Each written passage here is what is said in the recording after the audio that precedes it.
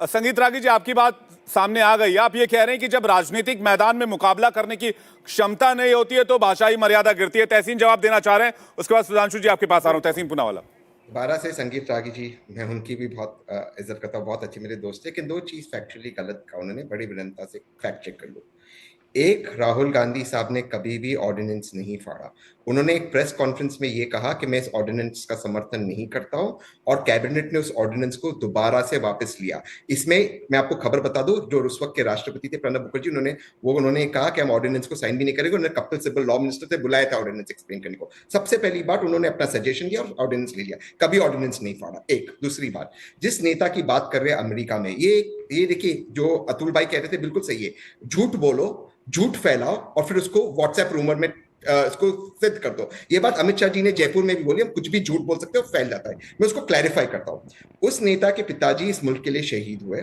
वो नेता और उसके जो सबसे अच्छे दोस्त थे, जो मेरे बहुत अच्छे दोस्त थे, इसलिए रोके गए क्योंकि पासपोर्ट पे नाम अलग था, क्योंकि सिक्योरिटी रीजंस थी। और ये जो इन फाइल्स है, ये फाइल्स वर्तमान सरकार ने क्लियर किया, अमेरिका इंडिया की फाइल्स। लेकिन एक नेता के बेटे को आप झूठ बोलते, ड्रग्स के लिए पकड़ा गया, और जो नेता का बेटा असल में पकड़ा गया, जिसके विजुअल्स इंडिया टीवी पे चले, वो भाजपा के नेता, मैं नाम नहीं लेना चाहता, वो उनके ऑफिशियल घर से पकड़े कोकेन के साथ, शैंपेन और कोकेन के साथ। मैं नाम नहीं लूंगा, वो नेता का लड़का भी मेरा दोस्त है। तो प्लीज विनम्रता से आपसे कहता हूं संगीत रागी जी, जो गलत है उसको मत बोलो। इस सरकार ने, वर्तमान सरकार ने वो डोजियर्स खोले हैं, और वो इसलिए रोका गया था, पासपोर्ट पे नाम अलग था। पासपोर्ट पे नाम सिक्योरिटी रीजंस के लिए अलग था। मत ऐसे कीजिए, उसके पिताजी ने इस देश के लिए जान दी है, ऐसा नहीं कहना चाहिए। जो पकड़ा गया था वो आपके नेता का लड़का था, शैंपेन और कोकेन के साथ। तस्वीरें इंडिया टीवी पे चली थी। लेकिन वो मामला नहीं है, वो मसला नहीं है। मसला है क्या इस वक्त कांग्रेस कर्नाटका जीत रही है? बिल्कुल जीत रही है। मैं दोबारा से कांग्रेस से गुजारिश करता हूं, कर्नाटका कर्नाटका कर्नाटका, नौकरी नौकरी नौकरी, इकॉनमी इकॉनमी इकॉनमी, यहां वहां मत भटको। कर्नाटका का चुनाव आप जीत रहे हैं। तहसीन, मैं तो वैसे सभी नेताओं की बड़ी तारीफ करना चाहूंगा। मुद्दे को बड़ी स्मार्टली आप लोगों ने जिस तरह से डाइवर्ट किया, कोई पुलवामा अटैक पे चला गया तो कोई बेरोजगारी पर, बाकी मुद्दों पर चला गया। कर्नाटक के चुनावी मुद्दे और खड़गे जी के बयान पर कोई जवाब ही नहीं मिला मुझे कॉन्क्रीट।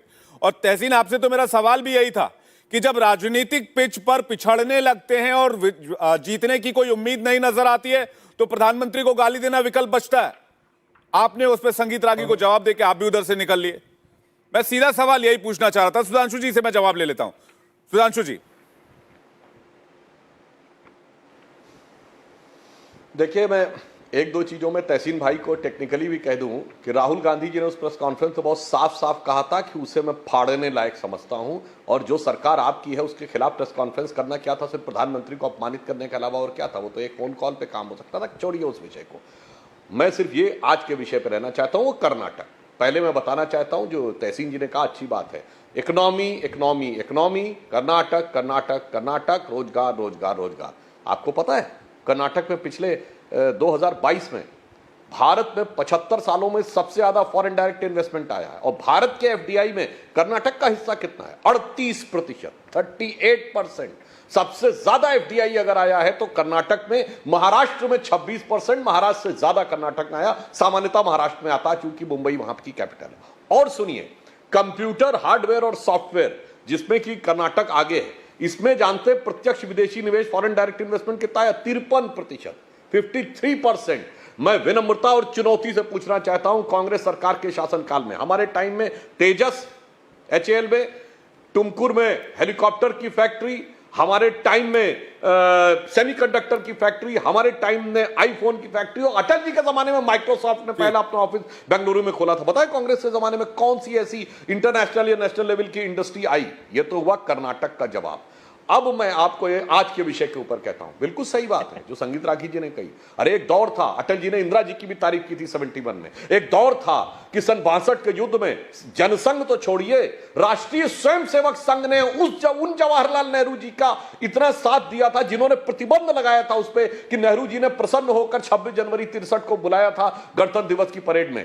पीवी नरसिम्हा राव जी ने अटल बिहारी वाजपेयी जी को अपना राजनीतिक गुरु कहा था, और अटल जी ने जेनेवा में विदेश विपक्ष के नेता होते हुए विदेश में जाकर नरसिम्हा राव सरकार का कश्मीर के मुद्दे में समर्थन किया था तो घर में आके विरोध किया था। बिल्कुल सही बात है, तब तक स्थिति खराब नहीं थी। जब से सोनिया जी और राहुल जी का युग आ गया उसके बाद से अचानक इस प्रकार की भाषा, इस प्रकार की शैली और भाषाओं में निम्नतम, पुनः मैं बॉटम लाइन बता देता हूं, मौत की कामना और मौत का प्रकार हमने कभी आपके किसी नेता को किया हो तो बताइए, इवन आपातकाल के दौर में भी। और आपके मैं आधा दर्जन एग्जाम्पल बता सकता हूं जहां मोदी जी का नाम लेकर मौत और मौत की कामना और मौत के प्रकार बताए गए। इससे ज्यादा निम्नता हो ही नहीं सकती। इंडिया टीवी हर वक्त हर जगह डाउनलोड करने के लिए सर्च करें India TV news Google play store या ऐप स्टोर पर।